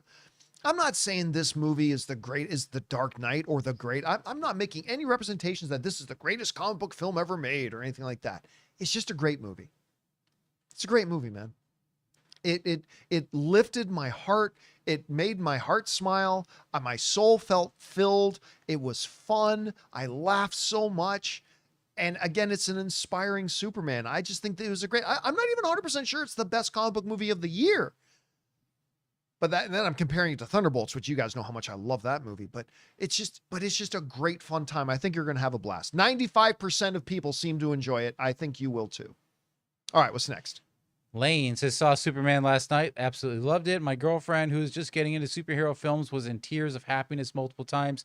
Throughout the film, it just skyrocketed my excitement for the DCU what they do next, which is Green Lantern, right? Isn't that next? Or is Lanterns next, or does Supergirl come out first? See, that's what I keep forgetting, the order. If you can look that up, when that's coming out. So, like, for me, the great thing about Superman and where they're going to go next and all that kind of stuff is just the fact that they were able to do the main responsibility of the movie, which is start the rehabilitation of the image of DC. Same month, June 2026. Oh, they both, like, Lanterns and Supergirl come out in the same month? Wow. Yeah. Oh, no. You know what's up next? Peacemaker. Right. Peacemaker's next. How could I Right. forget? But they did the assignment of changing people's perceptions of DC, because the perception of DC to the general movie-going audience got run into shit. It got run into the ground horribly. And, I mean, they never really took off. So for them to actually come out of the gate like this and do the main job is just pretty remarkable. Oh, sorry. It said Supergirl 2026 in the same sentence, but it's early 2026. Just Lanterns? early. So anywhere Okay. between Jan to March. So technically speaking, they're looking at having Lanterns come out before Supergirl. Yeah, so it'll be Superman, Peacemaker, Maker, Lanterns, yeah. Supergirl, and then probably Clayface. right. All right, what's next? We got DJ Infa. My brother asked you yesterday about your fantasy complex over 10 screens. I told him I knew you would not pick a 40X, but I was surprised you didn't pick an IMAX. Do you feel the math of 4 screens equals IMAX 3 screens, Dolby is better value for the money? Having 2 Dolbys versus an IMAX. Yeah, I love IMAX. Don't misinterpret me. I love IMAX. But the AMC Dolby Prime is my favorite movie-going experience. With IMAX, especially if you're talking about a true IMAX screen, there are bad seats. There are seats you don't want to sit in a true IMAX theater. That's just the way it is. There are seats you don't want to end up getting.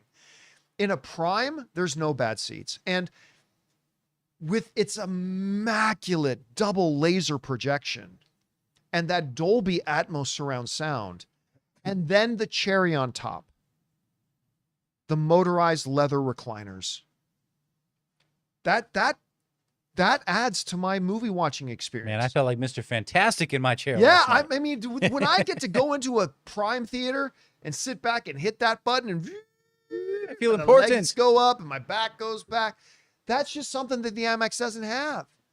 And so to me, it's the superior viewing experience, but that's just me.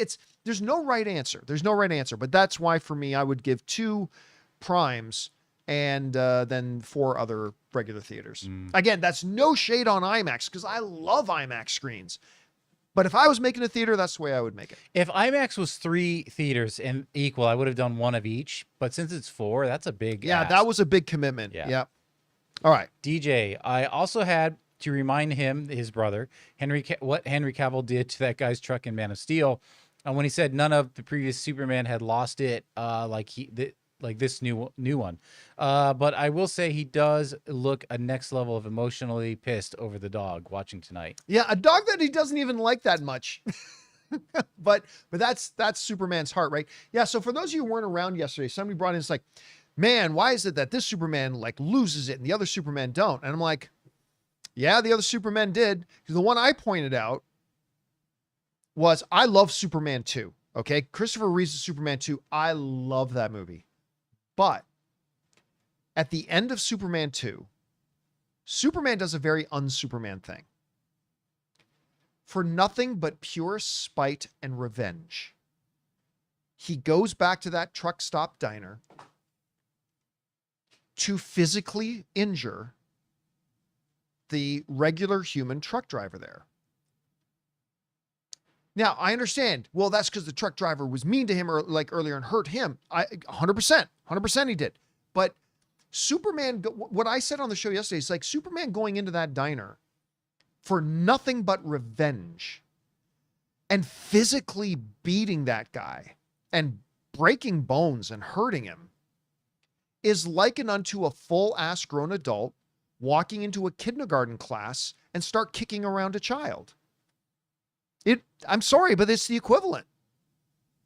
But that child was mean to me earlier. Granted, but you're the adult. You're Superman. You don't go walking around and just start bashing around guys who are just sitting down having a burger. Anyway, so that, and yes, you're right. Henry Cavill's Superman in Man of Steel. He lost it. But this Superman never physically did anything to anybody. Did he feel anger? Absolutely. But did he then take that anger and damage somebody? Well, he did throw Lex's table across the room. But yeah, Henry went out, took that guy's truck. I love this, by the way, and literally wrapped it around a pole. But at least he took it out on an inanimate object instead of what Reeves' Superman did to that guy in the diner at the end of Superman 2. Anyway. All right. What's next? We got Ray with a $20 tip. Hey, John. Thank you, Ray. Hey, John, hope all is well with you and the guys.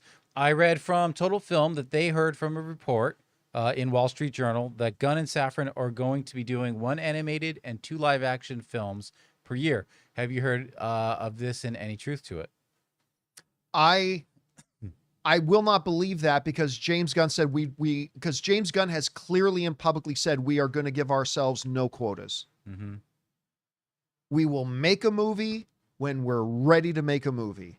And we're not going to follow some kind of 2 live movies, 1 animated, 2 series, blah, blah. He goes, we are going to make things when they're ready. So now listen, you may aim for that. I mean, I could totally understand maybe them saying, we're going to aim to have this. But James Gunn has been very, very, very clear that they are not going to put things into production or make things just to meet some kind of annual quota.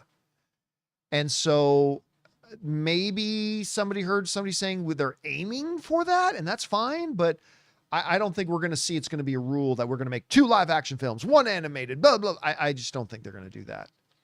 All right, what's next? The Black Knight says, for years I've said what the MCU has done won't happen again, but when your first movie has 96%, well, now 95, wow. From what you have seen already, can this universe be maybe do what the MCU has done? There's too many unknowns in the future. Yeah, I mean, look, when you're asking the question, could it? Well, any question that contains the word could, the automatic answer is yes. Yeah, it will. Could. But what happened with, particularly in its golden days with the MCU, is like something we had never seen before, and I don't know if we'll ever see happen again. Like, I think they had a stretch there where, like, oh God, what was it? Like 9 out of their previous 12 movies were all billion-dollar films. Like, there was a stretch where 9 out of 12 there were billion-dollar films. Yeah. I don't think that's ever going to happen again. Off to a start. And remember, fewer people go to the movies today than did 5-6 years ago, prior to the pandemic. So could it? It could, I guess. But is that realistic? No. And is it necessary? No. This new DCU doesn't have to do what Marvel did 6 years ago in order to be a huge, rousing, incredible global success. It can come short of that and still be an incredibly rousing global success. And I think it will. But the same heights that the MCU had, I don't even know that the MCU is going to have the same heights that the MCU had. So I don't know. We'll have to wait and see. Yep. All right. What's next? Wendell Clark Kent. I just saw a trailer for Alice in Borderland season 3, and wow, I had to check it out immediately. I'm halfway through season 1, and this may be my favorite show on Netflix. It's super gory and brutal. Think Battle Royale. Can't recommend highly enough. I've never even heard of it. Nor I, but it's Netflix, so big surprise. Yeah, big surprise. That's something on Netflix that I've never heard of.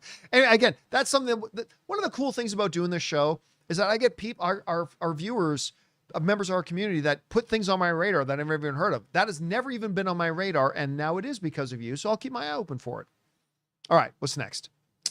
Let me go back to that one because that may be a spoiler. I got to review it. But Dennis says, hey, John, have you covered the story reported in Deadline on 7/7 of Cosmo Jarvis exiting Nolan's Odyssey? I figured this would be a pretty big for you considering how much you love Shogun. If so, I guess I missed it. If not, what are your thoughts? No, we didn't cover it. And the reason we didn't cover it is because in the 2-day window that would have been a reasonable time to cover it, our show was just full. And so we never really got around to talking about it. So Cosmo Jarvis from Shogun was supposed to be in Christopher Nolan's The Odyssey, and it got announced the other day that he's left it, which is really weird because they've been filming that movie for a while. So does that mean they just never got around to start shooting his parts yet? They've been shooting for a bit. Or does it mean they're going to have to go back and reshoot some stuff that he had shot? I don't know what the answer to that is. Man, though, if you're Cosmo Jarvis, there better be a damn good reason you're not appearing in this. To be in a Christopher Nolan film, and hopefully it is just as simple as a scheduling issue arising. Like if Christopher Nolan, they had the movie all scheduled out when they were going to shoot, if maybe they had to move something around and now that interferes with something else Cosmo Jarvis was committed and contractually obligated to do. Hopefully it's something that simple, because other than that, if you're Cosmo Jarvis and you're coming off Shogun, you don't walk away from a Christopher Nolan film. Anyway. All right, what's next? All right, so I'll read this one, but Josh Saputra says, "Hi, John Campea and crew. I like Superman, and I like how they tell his origin story as Superman, like Star Wars did." And then I'll end it there. But just the text at the beginning of the movie. Yeah, it was very, very. I heard people say that. Listen, the opening screen. I'm not gonna say the exact words. But Yeah. The opening of the movie is words coming on screen that in 15 seconds sets up the whole world for you. It's very effective.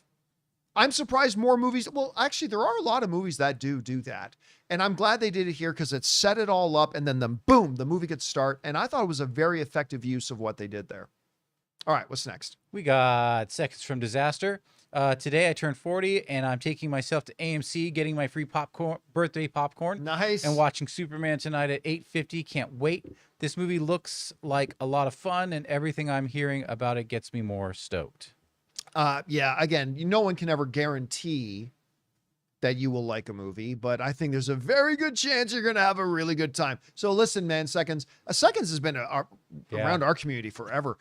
Happy birthday, man. 40th is a great one. I hope you have a great birthday today. I hope you have a great time at the movies tonight. And here's to a great year ahead. All right.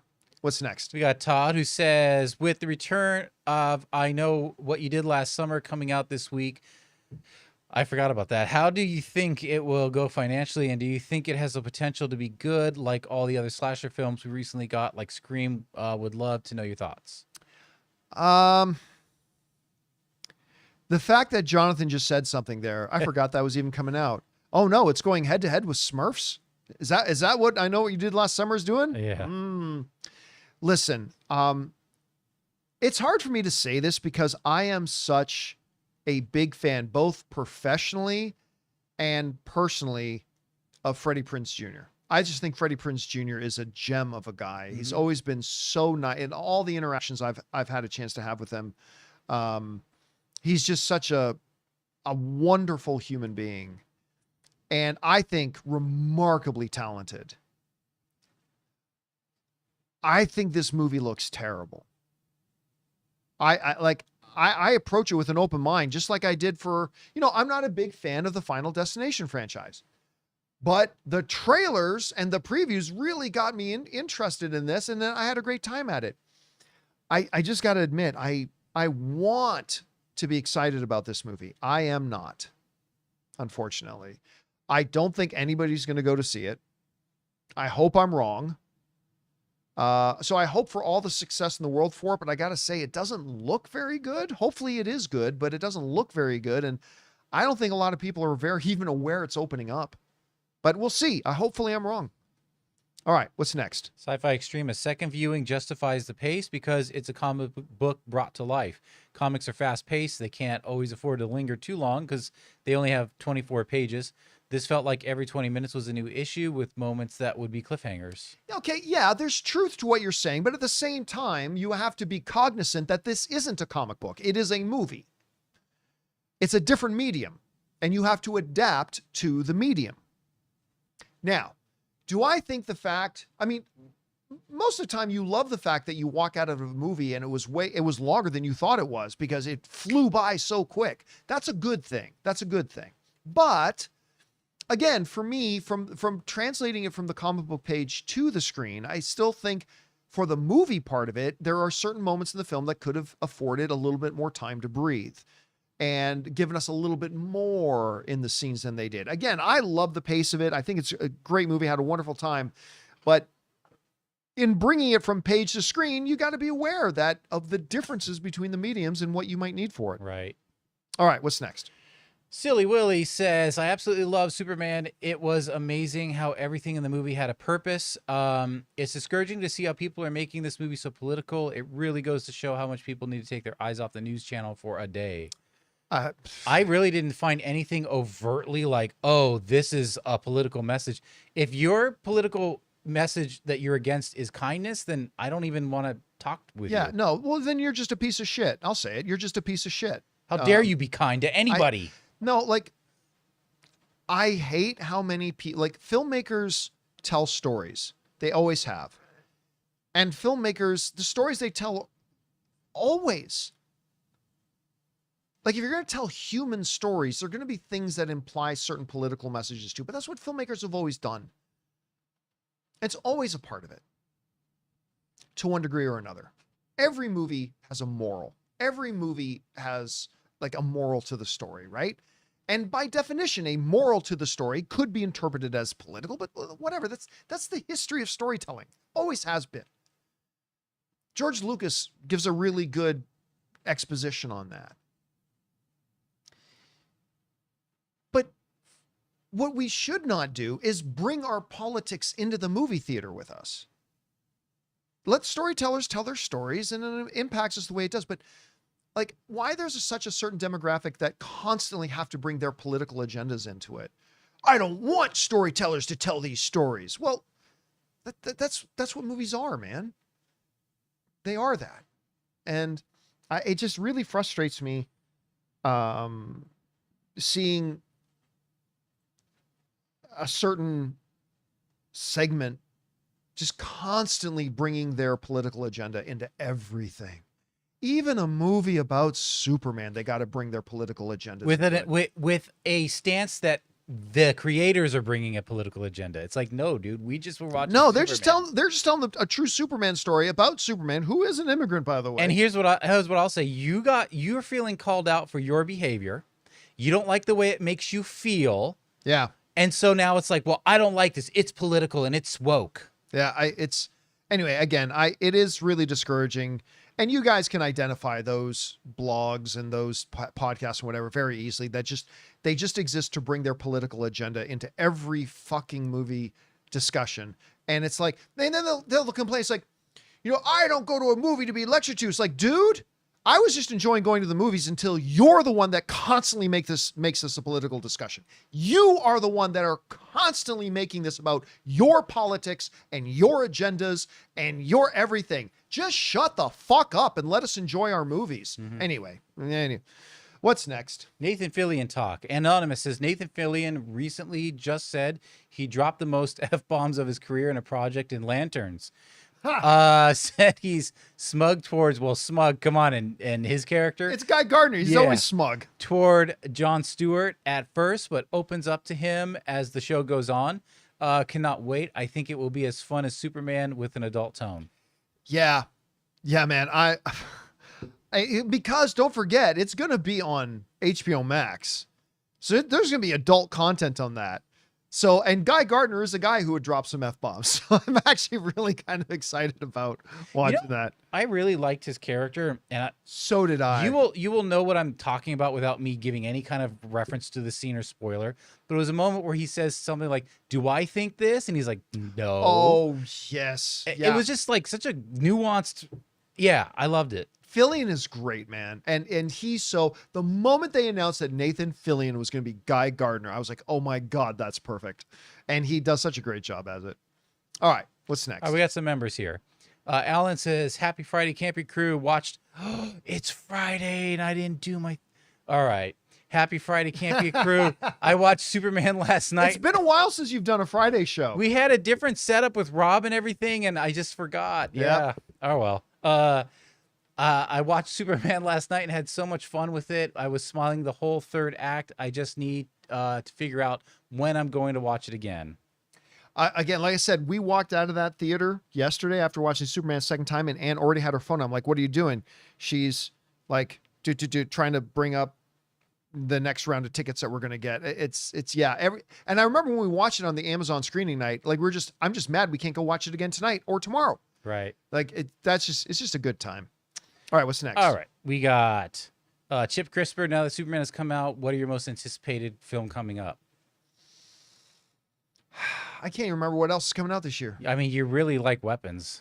Oh, I'm super excited about Weapons. Very excited about Avatar: Fire and Ash because they showed us some stuff from it at CinemaCon this year. Very excited for that. Obviously looking forward to Fantastic Four. I wouldn't say it's my most anticipated. I just can't remember what else is coming out this year. I'm never good with release calendars. I can't remember what's coming out, but those are a couple of the ones that I'm looking forward to. All right, what's next? We got Jorge says, cause I'm a punk rocker. Yes, I am. Well, I'm a punk rocker. Yes, I am. About to watch Superman again. Oh, this song is living in my head now. Oh yeah, Long Walk. Matt saw in the live chat. Long Walk. I'm definitely looking forward to. I'm looking forward to Wicked 2. Yeah. I liked the first Wicked way more than I thought I would. So yeah, looking forward to Wicked 2. Yeah, there's still a whole bunch of really good movies coming out. There's that new Leonardo DiCaprio one thing after another, or one battle after another, or one fight after another. I can't remember, Yeah. but that one's coming out. That looks really good. Jason is saying the Toxic Avenger. Man, I've been waiting for years for this Toxic Avenger, and I didn't think the trailer looked all that good. I know. But, whatever. All right, what's next? We got King Daddy. Let me get him on screen. Hey, crew, after seeing the movie and the positive buzz about Superman, got to say I'm guessing 175 domestic opening weekend, but that's just my opinion. Thanks, and bring on the punk rock, baby. I can't see it happening. That's it. I cannot see 175 million opening. Again, there's just too much baggage coming along with this movie. And again, a bunch of people who, because of their political dogma, refuse to even watch it or give it a shot, just because Superman's an immigrant. What? Yeah, I'm sorry. What was James Gunn thinking? Clark Kent was born in a hospital in Kansas. Fucking morons. Anyway. All right, what's next? We got Zelda Masters, 7 o'clock showing. Trailers start playing at 7:05. AMC is damn lucky that movie started 7:31. Or I would have been much more pissed, even though that's more than 30 minutes after. But I guess they may have technical issues starting it. They could have, yeah. Because the fact that the trailer that could have happened. Like I always give movie theaters some grace, understanding that hey, things can go wrong. I mean, technical problems happen, little delays happen. That's understandable. It's just what pisses me off is when you plan your disrespect. Right. Yeah. When you plan your disrespect to the audience, that's when I get really pissed off. All right, let's take one more. Sure. Brennan. Hey, John and crew, what do you guys think we'll actually get to see first? The Batman Part 2. Oh, we answered this yesterday. Amin, Superman or Thunderbolts? I personally think Thunderbolts was slightly better, had a better story in my opinion, but Superman is more fun and exciting and truly a summer blockbuster. Yeah, I was just mentioning that. I'm right now I'm torn on that. Like if I was super pressed and had to give an answer right now, I would say that my favorite comic book movie of the year so far, like I still think Sinners is the best movie of the year so far. But if I was absolutely pressed and I had to give an answer as my favorite comic book movie this year, right now, I would still say Thunderbolts. I love Superman and Thunderbolts both, but right now, again, I reserve the right to give my answer to that after a few more weeks. Again, I don't like giving big overall opinions like that when I've just finished watching it. Like I need to ruminate on it. I need to let it marinate a bit. I need to think about it a bit and watch both one or two more. Right now, I'll slightly lean towards Thunderbolts, but that could change to Superman after a few weeks. We'll see. And all right, guys, that'll do it for today's installment of the John Campea Show. Thank you so much for being here and making our little show part of your day. Big special thank you to all you guys who sent in questions. Number one, because you gave us great things to talk about. But number two, you supported this channel as you did it, and all of us involved with the show. Thank you guys so very much for your support. Don't forget, guys, Sunday, we are going to have, after all you guys have had a chance to see it, we're going to have our Superman open spoiler discussion. Probably go 2 or 3 hours just talking about Superman. It'll be Sunday afternoon, probably early Sunday evening. Watch for it to be posted up on the channel.